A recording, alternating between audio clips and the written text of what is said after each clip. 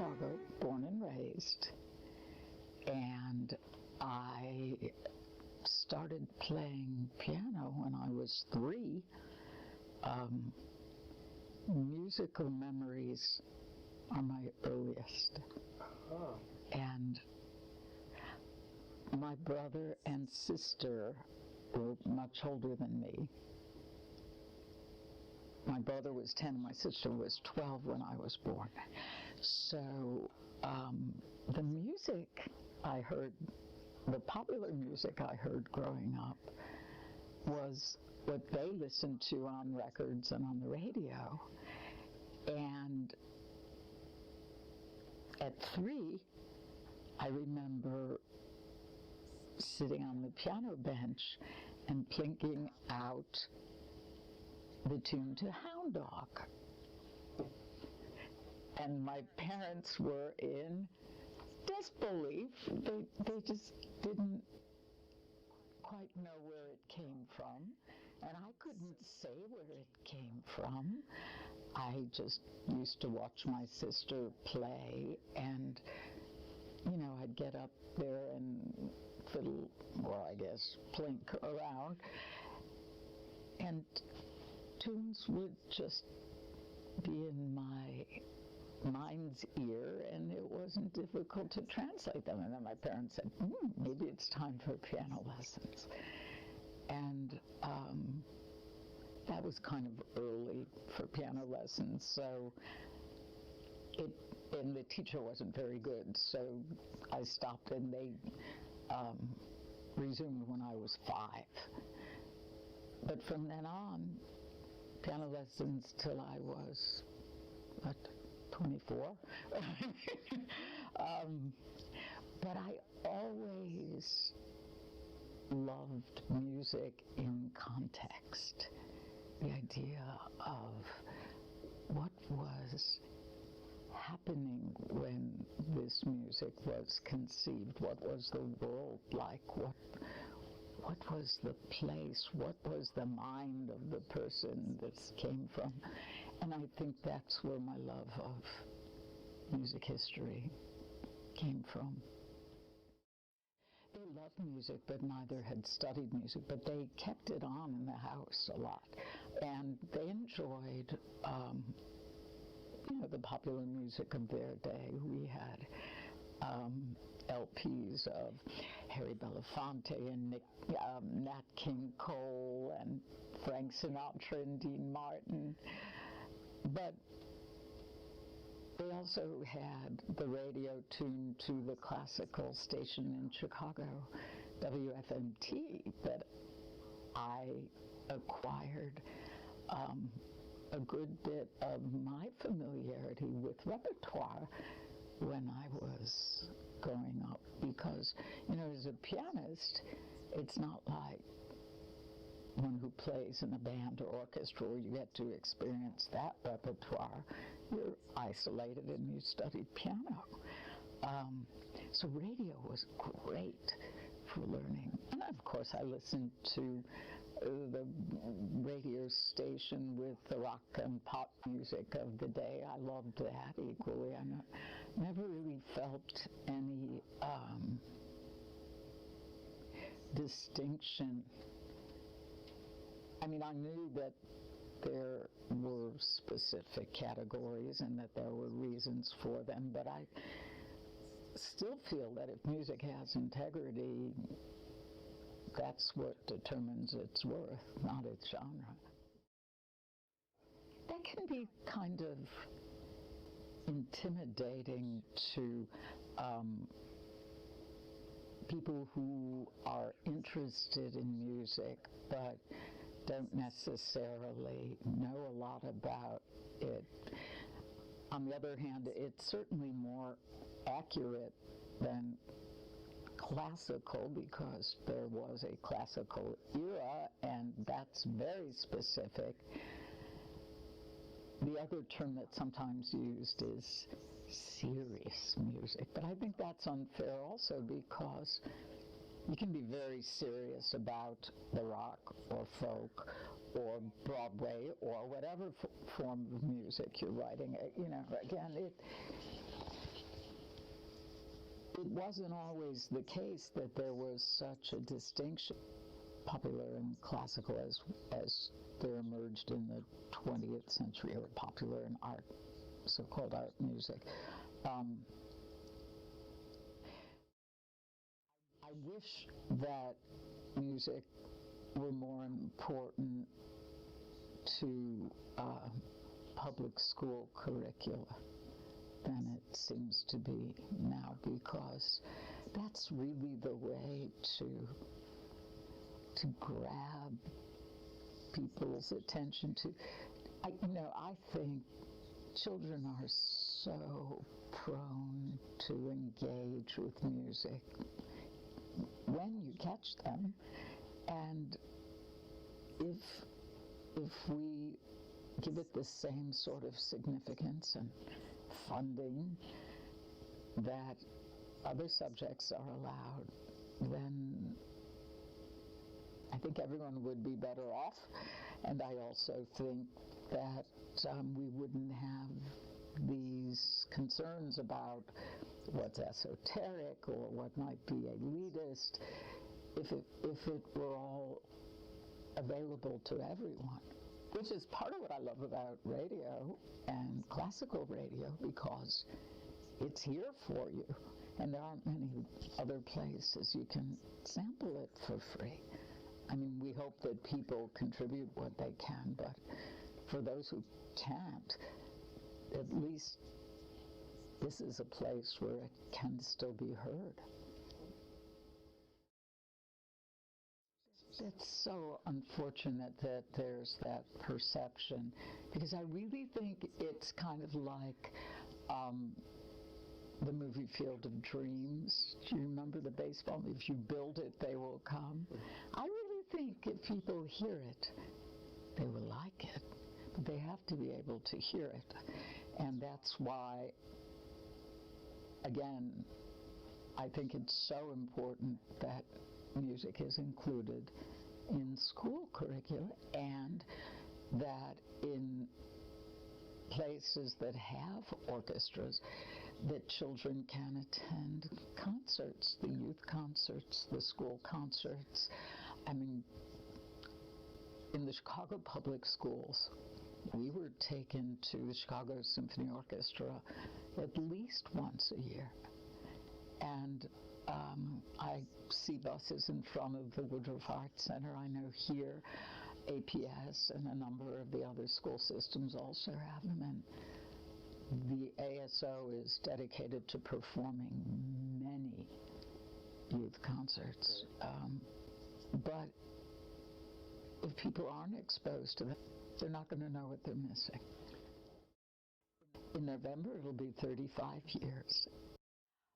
My husband's job took us to Atlanta. When we were in graduate school, he finished his PhD. He's 4 years older than me. And he had a job offer at Georgia State. And we moved down here for his job offer. I was hoping to pursue, I was in a degree program, hoping to pursue a PhD at Indiana, but I didn't want to live apart. And we moved down here together.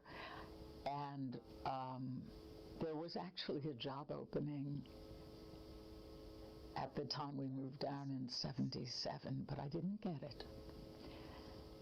But the man who interviewed me here kept my name, and when a job came open about a year and a half later, he called me and asked if I was still interested, and I said I'd love to, and that was 1979, so here I am. I was working toward it in musicology, music history and literature. Didn't finish. As it turned out, as things unfolded, I don't think my professional life or my career could have been any more gratifying. And I also know I probably don't have what it would have taken to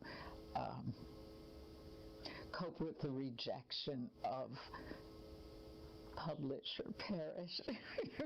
Academics have to undergo so much scrutiny with submitting articles for scholarly publication, and I see what my husband went through, and he was wonderful at it, and became a full professor relatively young. But this is just perfect for me. Well, Mozart, deity. He's in his own category. And then it would have to be Beethoven, Schubert, Chopin, Schumann, Mendelssohn. I love Saint-Saëns. I love French music. I think French music, I'm not sure it's as much the case now, but certainly when I was in school, French music was sometimes dismissed as being lighter weight, and that's not fair. I love Saint-Saëns and Ravel, and I adore Gershwin. I adore Strauss and early Schoenberg. And I'm really excited about a lot of the music that Robert Spano has introduced us to here in the 21st century. Composers like Michael Gandolfi and Osvaldo Golijov and Jennifer Higdon and Adam Schoenberg, and these marvelous 21st century composers who have achieved such a wonderful blend of styles that does service to all while not diluting any of the individual influences. And I love Broadway. I adore Broadway musicals. I think Brahms is such an interesting example of a romantic spirit within a classical framework. And I just adore Robert Schumann, his music, his writing, his intellect, his poor tortured soul. And, it was Schumann who gave Brahms his break. It was Schumann who recognized in this 21-year-old what a genius Brahms was. Robert Schumann had lived in the second half of the 20th century. He probably could have been treated with medication and hopefully would have had a far better life, if not a thoroughly easy one. But the medical treatment was so primitive back then. I read a biography where he was treated by a psychiatrist, and I didn't know there were psychiatrists before Freud, but earlier in the 19th century, psychiatry was established, and Schumann's doctor thought, since so much of his anguish seemed to be centered around his family, perhaps the best thing to do was to isolate him from his family. And his wife couldn't visit him for a year. Can you imagine the people who love you most being kept away? I mean, Jonathan Biss is a very gifted young pianist. I really admire his work.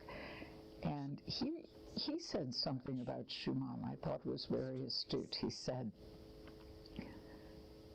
I think those of us who love Schumann have a desire to want to protect him. And I think that's how I feel. I wish we could make it right for him to ease that emotional torture he felt because of the chemical imbalances, the unfortunate way his brain and neurological system were wired. We can't change that. God, I love Schubert. I just marvel at Schubert. When I listen to the quintet and some of the string quartets, I'm just transported. I mean, this must be heaven.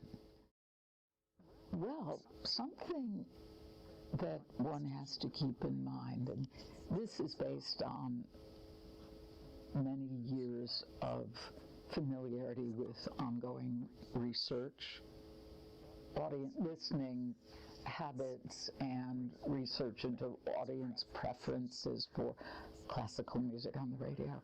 Time of day is very important. So most people are on the kind of clock where they need something light and bright in the morning, not necessarily lightweight, but brighter in terms of mood.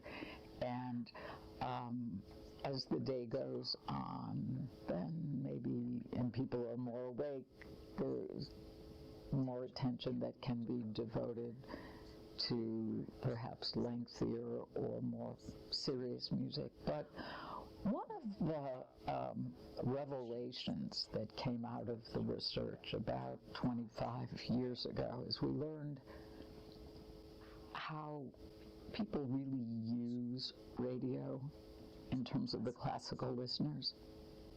It's for background. It's for companionship. But as much as we'd like to think that full attention is devoted to what's on the air, that's not how people use it. It's to keep you company and perhaps sane in the car.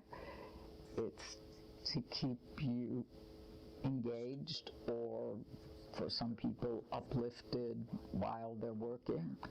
I, for one, can't read and listen to music because my ear becomes engaged and then the words don't process.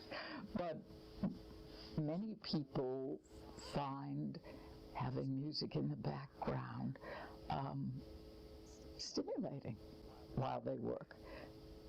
And so it really changed a lot of the way classical stations programmed and selected music when we learned how audiences were using this. Stockhausen, for someone who's sitting at a desk at 10 a.m., is not the kind of accompaniment that is best for someone at a desk job. It's not to say Stockhausen or John Cage, or even less radical composers don't deserve to be heard or to be played on the radio. But during the daytime, when most people are either at work or listening in their cars or at home doing chores, they want pleasing sounds. In fact, the most frequently used word that comes up, that recurs in the audience research, is soothing. Listeners want to be soothed. And sometimes stations that play very mainstream and I guess what would be considered non-challenging selections are criticized by some listeners who would like to hear much more challenging music. But the reality is it's the stations with those most conservative selections of the standard repertoire that are the most successful, because that's how people use radio at the end of the 20th century and now. Performance today is still very mindful of how people may be listening to the radio when they're broadcasting. So the 21st century music they broadcast is tonal, it's tuneful, it's new, it's refreshing. And that's a lot of what we experience at the ASO with Robert Spano. So it's not that it can't be new, but it has to be music that isn't disturbing. You know, there's a place for the provocative theater that's provocative, film that's provocative, visual art. I'm not saying it shouldn't exist, but radio is not the same as a concert hall.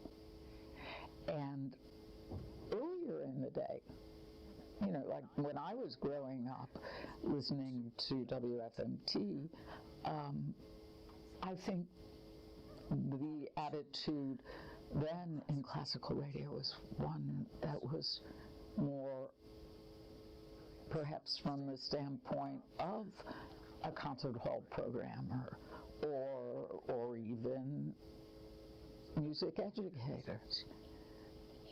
And that's why I think for us it's great to have the symphony broadcasts on at night, because that's often when we'll hear world premieres or some of the more cutting-edge music. And that way people who have more time to devote to listening to that kind of music can hear it when they're not in the car or between phone calls or an email that pops up.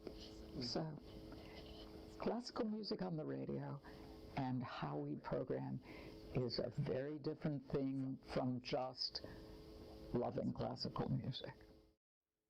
Listening online, HD radios, it's just fantastic. It has been truly a phenomenon. It's created some challenges, you know, but I think for the consumer, we've never lived in a better time. One of the advantages that many European countries have is a long-established tradition of state-funded radio.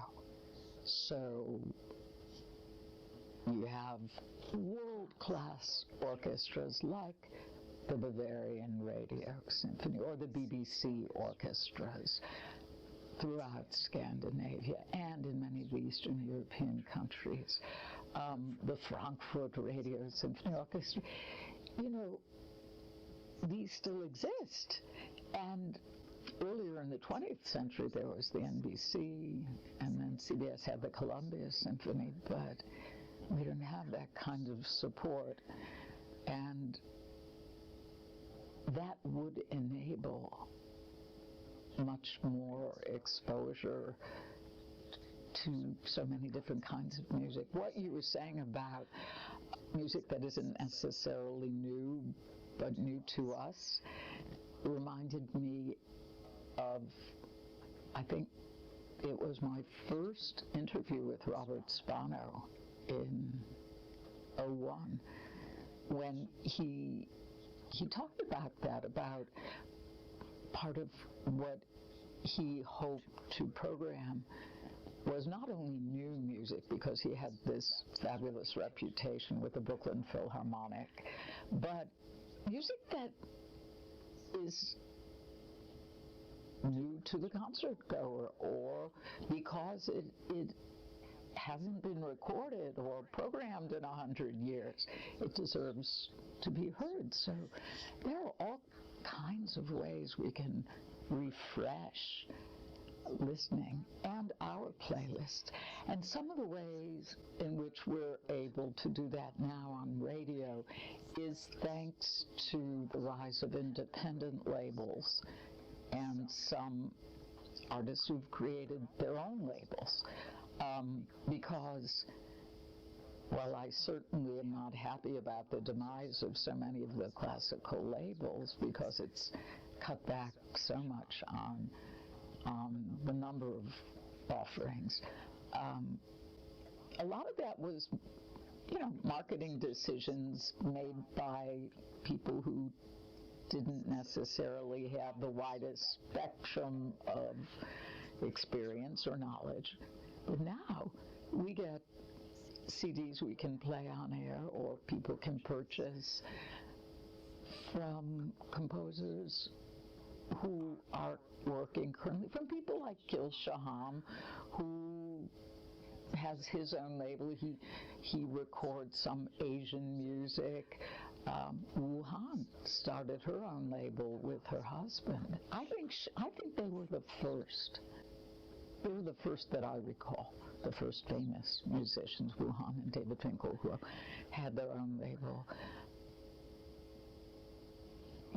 I think it's great. Again, here, look at how we can reach people. I can't tell you how I feel about having been here for 35 years, and that is profoundly grateful, because to be surrounded by music, to be able to share my love of it, to think that the service we provide here is one that brings pleasure, beauty, comfort, and some entertainment, awareness, even enlightenment into people's lives, that's quite a privilege, and I know how rare it is. I am very fortunate.